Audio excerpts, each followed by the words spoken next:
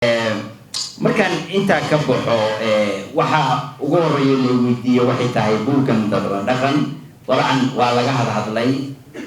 maxaa kugu keenay inaad qorto horta sidiisaba buugan waxaan u hibeeyey haddaad aragto meesha bogga hibeynta waxa weeye inta horu socodka ah yar iyo weynba oo ku hamiyeysa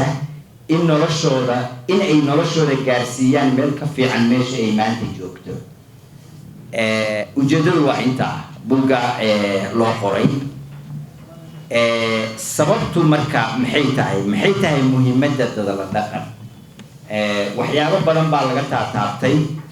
laakiin cutubka ugu horeeyaan waxaan ka aqriyayaa hal bog adigu qiyaastii meelahaas si aad u fahamtaan ujeedada bogga 19 dadla dhaqanka wanaagsan maxaad ka rabtaa taa ayaan u malaynayaa inay ku beeqaamin doonto waxa sababtu ay tahay afxumo nabadna waa kaa kaxaysaa colaadna wax kaama tarto waa mahmaah Soomaaliyeed aynu dhab hadallo waa maxay waxa qof walba rabaa oo ka raadinaya nolosha ka sukow bacaabud wax kasta oo qofka xirfadiisu tahay waxaynu ka simanahay rabitaanka inaynu ku guuleysano waxaynu sameynayno taas oo qofka u keenta inuu horumar gaaro kuna noolaado reerayn iyo guul dhaqaale inkastoo guusha nolosha qof walba wax gaara u yaqaan waxa guul oo dhammi qofka hanta u keentaa reerayn iyo qanac ahna waxa aadanuhu raadinayay bale qof walba wuxuu rabaa inuu ku guuleysto waxyaabaha uu waqtigiisa iyo xooggiisa gelinayo tusaale hooyada iyo aabbaha waxaa guushooda ka mid ah inay ubadkooda aqoon iyo anshax fiican ku koriyaan ganacsaduhu wuxuu rabaa inuu ka faa'iido waxa uu ka ganacsanayo xaaska iyo sayga mid walbi wuxuu rabaa inuu noqdo xaas ama say fiican oo hanta kan kale hogaamiye wuxuu rabaa inuu gaaro dadka ugu hogaaminayo raaciyadiisa macallinku wuxuu rabaa in ardaygiisu gudbo ama guuleysto dadkaas dhammaantood ujeedooyinkoodu inkastoo ay kala duwan yihiin waxay ka siman yihiin in guushooda ay saameyn weyn ku leeyihiin dadka ay la dhaqmayaan macnaha ujeedadu waxa weeye inkastoo ujeedooyinku kala duwan yihiin qof walba danta uu rabo inuu gaaro waxa saameyn weyn ku leh dadka uu la dhaqmayo oo in dadkaasi kugu taageeraan ama ka hor yimaadaan ujeedadaada waxay ku xiran tahay sida aad ula dhaqmayso runtii caqli badan uma baahna garashada in ganacsada uusan ku guuleysan karin ganacsigiisa haddii dadka uu la dhaqmayaa aysan ka helin wejigiisa weedhiisa iyo dhaqankiisa waxayna ku iman kartaa isagoo garta in hanashada qalbiga dadku lagama maarmaan u tahay si ay rukun ama macmuul ugu noqdaan baaragraafkan u doonayaa waxaa jira daraasado badan oo laga sameeyey xiriirka ka dhexeeya guusha dhaqaale iyo dadla dhaqanka reeraynku noolaanshaha iyo dadla dhaqanka waxay caddeeyeen in dadla dhaqanka wanaagsani uu qofka u soo hoyo guul dhaqaale iyo reeraynku noolaasho daraasadahaas oo kala duwan oo ay sameeyeen hay-ado iyo shakhsiyaad waxay isku raaceen in 85% guusha dhaqaale iyo 9% faraxsanaantaadu ku xiran tahay dadla dhaqankaaga intaa waa la gartay soma muhiimadda uu leeyahay cutubka kaleeto waxaan ka soo qaadayaa waa bogga 30 abuurta aadanaha u hoggaansan macnaha muxuu muhiim u yahay dadla dhaqanku noloshaada wuxuu ugu yahay inaad garato waayo wax walba ku xiran inagu noolaynu nahay kuma noolin waxay af ingiriiska ku yiraahdaan vacuum meel aan waxba joogin ibn aadamkeenu la dhaqanaa waana aragtay guusha dhaqaale in 85% daraasadaha laga suubiyay ay ku xiran tahay sida dadka ula dhaqanto okay abuurta aadanaha u hoggaansan ficilka aadanaha waa la bedeli karaa ilaa xad laakiin abuurta aadanaha lama bedeli karo dadka dhaqan xumada waxaa ka mid ah inaad dadka ilaahay siduu u abuuray si aan ahayd aad tiraahdo ula dhaqan. waxay yidhaahdaan you are rubbing the person the wrong way.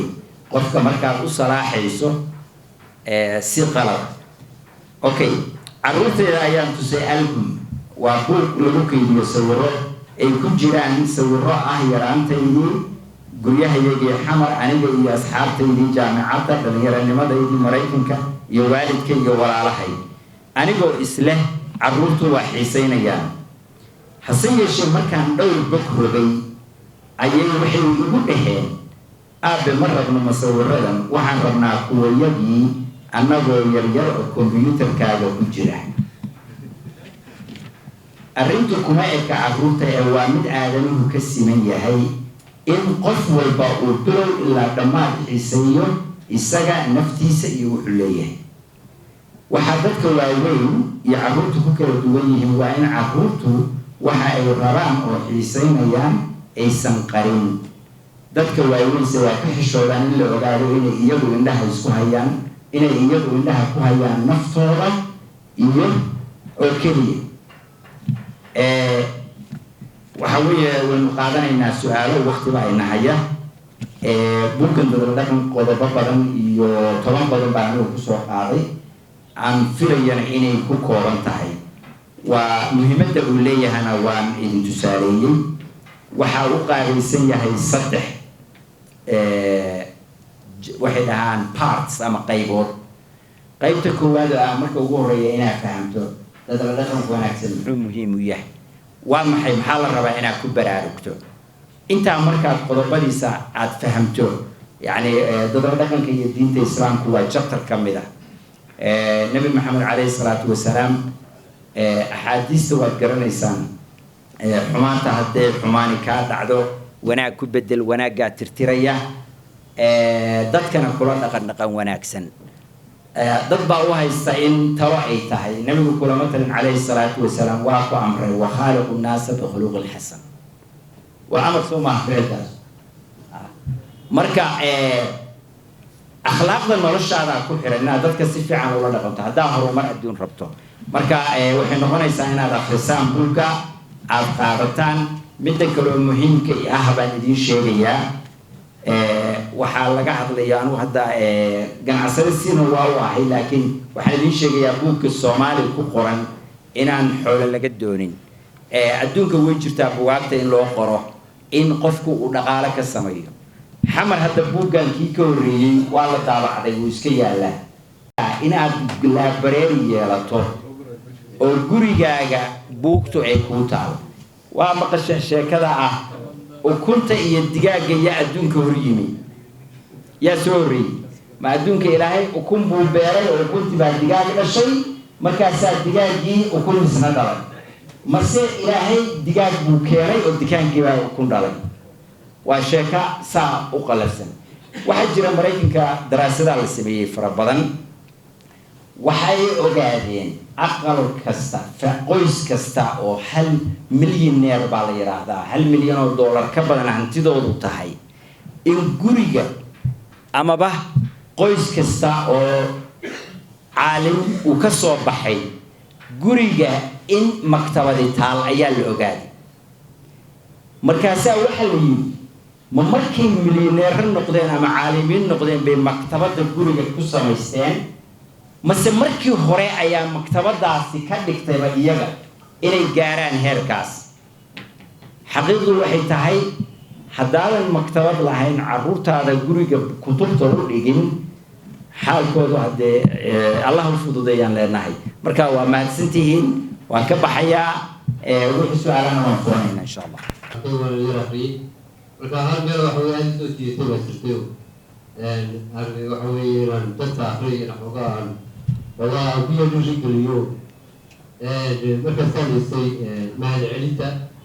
هي واحد توقع في وضع كتير مهار وعدل سوماليدا مركز توقع هاي وضع كتير بعدين سبعين بلو سودوي وضع كاس لو سودوي مركز تبنا هل كنا بدوني لهذا وما حسنتي هذا كي دولة كتير مهار ويكون وين خاصة الركب مركز waxay u bixiyeen baa tiri ragga Soomaaliyeed waa raggii u kacada ee aan macada aqoonin marka qodobkaas aad u soo jiitay waxa weeye waxa weeye aad u soo jiitay way ka dhacday marka arrintaas oo ku raacday mise waxa weeye uu soo gadhay tahay Ahmed Anaya Ustaad Muhammad Siibad Muhammad markaan soo galay baas dhahay buug waa la dhamaysanay isla markii waa soo gatay sababtoo ah hadda ka hor baan waxa aruurinay waxa dhahay asxaab saaxiibanahay aad wax aqris ku jecel baa dhahay oo maktabada waa rabana amarkay maxaan soo dhigtaa markaas qof almo hadaal buug himilada hano ana wala maktabada wala wala ka sabtahay marka maanta waxa istaa maadaama himilada hano la qoray 2013 maanta ma jiro 2013 intaas marka u dhaxeeya ustaadka xoog wuxuu saarayo buugaan galina marka waxa istaa isku dhaafay marka waa loo madcelinaa su'aasha qabla tahay waqtiga daati waa su'aasha soo xoojinaya anaga dhaqankeena aad u yahay dhaqamada ficnaana waxa u malaysaa in aad isugu maaraysto tusaale ahaan hadda soo qaatay madaxweynihii hore ee Soomaaliya xasan loo bixiyo qoslaayo أنا أبي حتى واحد قف واحد وعلى حتى لو من هذا يقول عدوس قفوة ما كان تفاضل بقصة كنا قصة محاولة مركا ده كمان هون ترى كده بيهم محا تمام قال محاول سوق محاول دورة قف أنا وحكى هذا السامر كدول عديتا قف أنا وجه دولة عدينا دولة ونقولين ما هن إنه دفعن فرصة so topic aan malasiin karayno yahay mid push karaynaya dadka introvertska sala hada u soo qaato Nelson Mandela he's one of Africa's best friends wuxuuna ahaa introvert buugiisana in badan ku xusay but he was an influential man maxaa leeyahay waxqabadkiisa uu aad u fiicnaa marka qofka uu horumar gaarayo horumarkiisa ma ku xiran tahay maxaa la dhihi jiray inuu yahay qof oo furan iyo waxyaalaha noocaas oo kale كلام مهمة ما قد تفكسوا على وقف هاي بس قد كسابس أو بقرأ وحقبت كيس أقول لهم كم ساس because I see بينهم كان هذا هاي هذا السيد كأو جناح سكت كسيا وحنا هذا بصراحة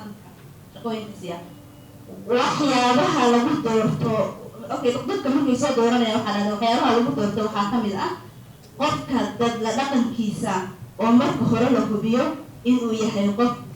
وديفرن you are very specific version وحنسيت على كل شيء إنه قف يحيق وديفرن وحاول فهم يقف social but أنت سألنا أنا فهمه أشياء وردارة وسؤال عريض لكن أنا وحدان كي مشكلة ده الصومالي بالقفك الصومالي جاي وحمل تدين مفروضه وما يروح له رشة وصلحين قاعدنا عقونته qofka wax kasto cilmi oo qofka hadlayo runtii anigu wax dheer xogaa waa la garaacmay oo iska bisilaayo oo iska dhageystaa sababtoo qofka ma wax ka korsata qofku ibraahimka wuxuu yeelan karaa wax ingiriisku yiraahdaan different viewpoint marka Soomaaliga wax moodaa wax nafac leh iyadoo la sheegayo wuxuu leeyahay war waxa waa naqaan waxaasan loo sheegin waxaa naga daa marka way jirtaa taasi macnaha cilmiga iyo aqoontan ku baxayn مشكلة كلته أو إن هيستطيع المسلمين تأيي الصومالي كأنهم هيستطيعوا حواليه وحاولوا يرادوا certificates كان لقيمي اللي يرادوا bachelor master degree PhD أيادك علم مولي قف أخلاق ليس أيان دمين قف حلال يحارن كران كريم واحد يقول PhD وحساء هذا تجيسه قف كانوا ما نمنا دي كنت رادوه طبعا marka maxaa macno waxa soo dhanbaajira middan waa runtiis Denmark Soomaalidii markay tageen aad iyo aad baad ummadda u soo dhaweysay waa loo hanweynaa Danishkii dadku waxay ogaadeen Soomaalidii inay waa mahadsan tahay shaqadaadii qabatay thank you very much waxaas baahidoodan ciidaas ay ka badan tahay moogta ummadaha kale kulligood ka helaan Danishka waxay leeyihiin thousand tak wax la yiraahdo oo kun goor baad mahadsan tahay dadka ku yiraahdaan markuu qof wax yar u qabto Soomaalidu ay ka waayeen Soomaalidu gudaha way ka cadda kuwa hadda ama ay waa kuwa hore oo caanaha geela iyo qoraxda haystay marka wiyaada nimankan ilkaha cadcad marka waxay u bixiyeen ariga waxay nimankii ilkaha cadcada oo aan mahadsanid aqoon waa social workerski danishka ayaa hadalkaa baxshay idan marka waxyaabaha soomaalida ayan ku fiicnayn hadalkii qofka uu yiri muxuu ahaa ma inankan u ahaa maxay soo sheeg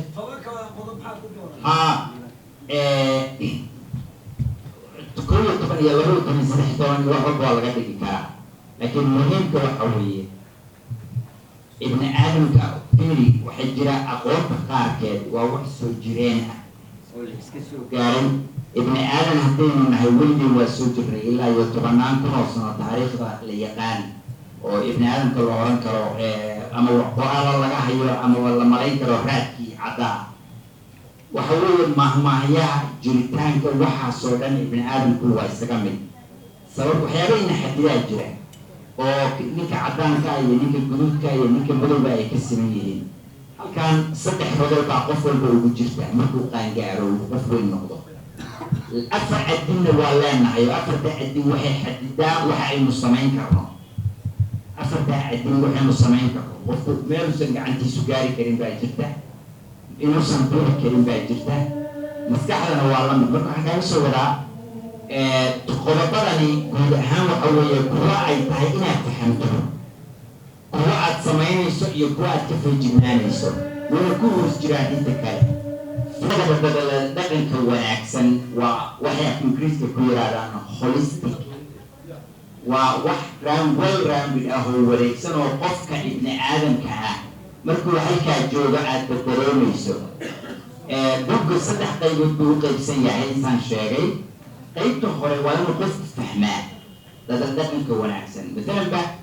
وهو عقيدة أهان قصة تقول بيسيا إن ابن آدم كل إسكوميديا هي إنه سبيه هي كرسرين إليه ينجري سهل بيقولوا قنيسة ابن آدم ككلائم الله تقوم ويقضى كما قران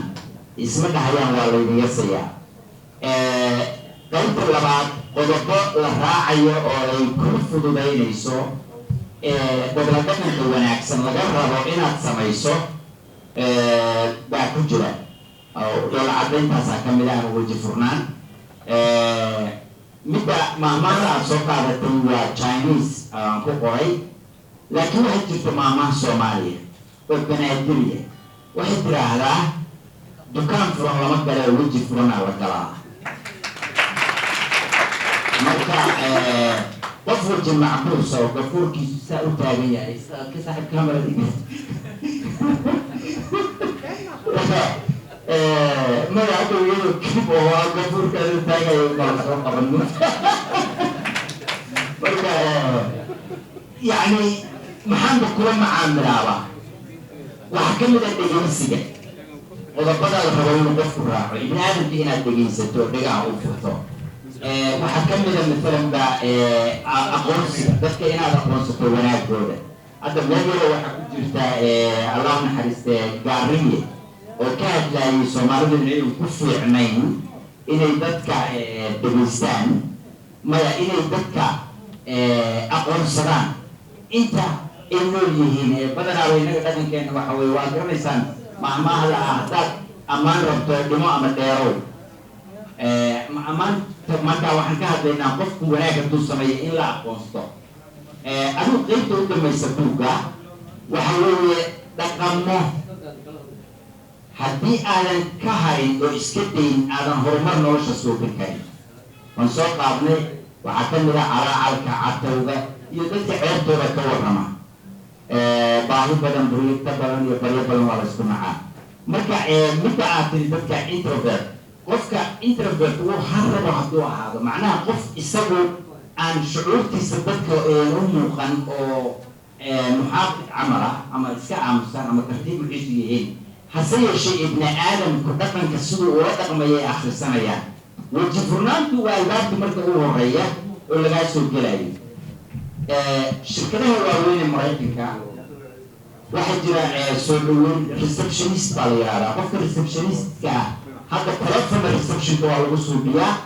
وحنا وصول بيا مقام قف يقوي معايا حدي قفك أيان عارف مركو ده خرابة إنه في عينه هي وقفك قف waxaa laga yaabaa qabiix ha ahaada laakiin fakta ugu horeysa markaa aragto adigu waa ka helaysaa shaqada ma وجهي سافران وكسور وينيا مثلا بتسألها ما كسور إنا وجه معقوس أحي كم السلام كرو رفيع السلام قفك كاهري ماذا حتى وجهك أفرطه ولا عدين يسوى استود عند هذا ويفراني سا معقول ما عند هذا وحيران القفك وقصشه أما ولا عدين سلام ما توحنا وحسك حديث بجرا النبي عليه الصلاة والسلام أصحاب وحيران الولي ما أنا نحكي نستدعو عن ولا عديني يعني كمان إن حالات مسيبوني لعيني لكن سيدي سبب برشة مركون ركب كل عجرا أما قابل له وقعها وجه فرق مركا لكن وهو خلصتي وحال غير أنا حتى مركا فرديون عن ساعة هم معناه معها يعني بشوما يبيعينين مجاجل يستلقوا معها معناه شعتر ولا بيجي هذا حمق يعني قف كوميديان أو ذلك خصنا معها معناه لكن ابن آدم كوانا كسبتها قعدوا يكادر يمان مركا حدين لقاوا أيوه وحبك كويسا تجلس مثلا في ابن آدم كان وقت حيوان أنا عم بسوق على حكم له حتى قال يا رب لما هلك فريدا مركا طبي جدا كهذا ليا ميكي يقرب السوي ما يشفانسي السوي معه حتى أديك ميكي التهاي وأديك اللي أكو آخر يسوع ورد على واحد بدن كله كان يسوع سوي فكر يسوع قول حكاية مسنتهاي يقرأ كده طبعا sidoo kale iyadoo hadduu galgalanto fursaddu waa iska dhumisayo garan mayso ninkan wuxuu yahay maxaa marka habboon afkaaga af daboolan dahab weliguna ma qasheen af daboolan dahab dadka waa la dhegaystaa haddaad rabto caqli badan xikmad in lagu ammaano sheeko waxay jirto ku jirto run ah oo anigu soo joogay iyo ka dhacday gabar la yiri dhakhaatiirtu oo qoreen durfis inay qabto ayaa gabar ii ammaantay وحبر الله حبل قبر في عواية محاكا خاتم في داود وسيدان أو دهن ديبرشن بيقطع لما بعد بالواقع وعفر السنة لما بعد ديبرشن كقطع الفطور وحشي وما أنتو نقوى خير يوادي من سنة ساعة سؤال بيكون سأبا ساعة فأنا شو قفت بيستو ديما يقال له ويجعل يستمر وكاسا لي لقبدا محرم بعد يقبر في عموية والله كواهد من الفعلان اللي زيكو هاد وكيف بس يجيبس مرة تسمع من النيجر وحتى من بدون الكفر تعرف أصلا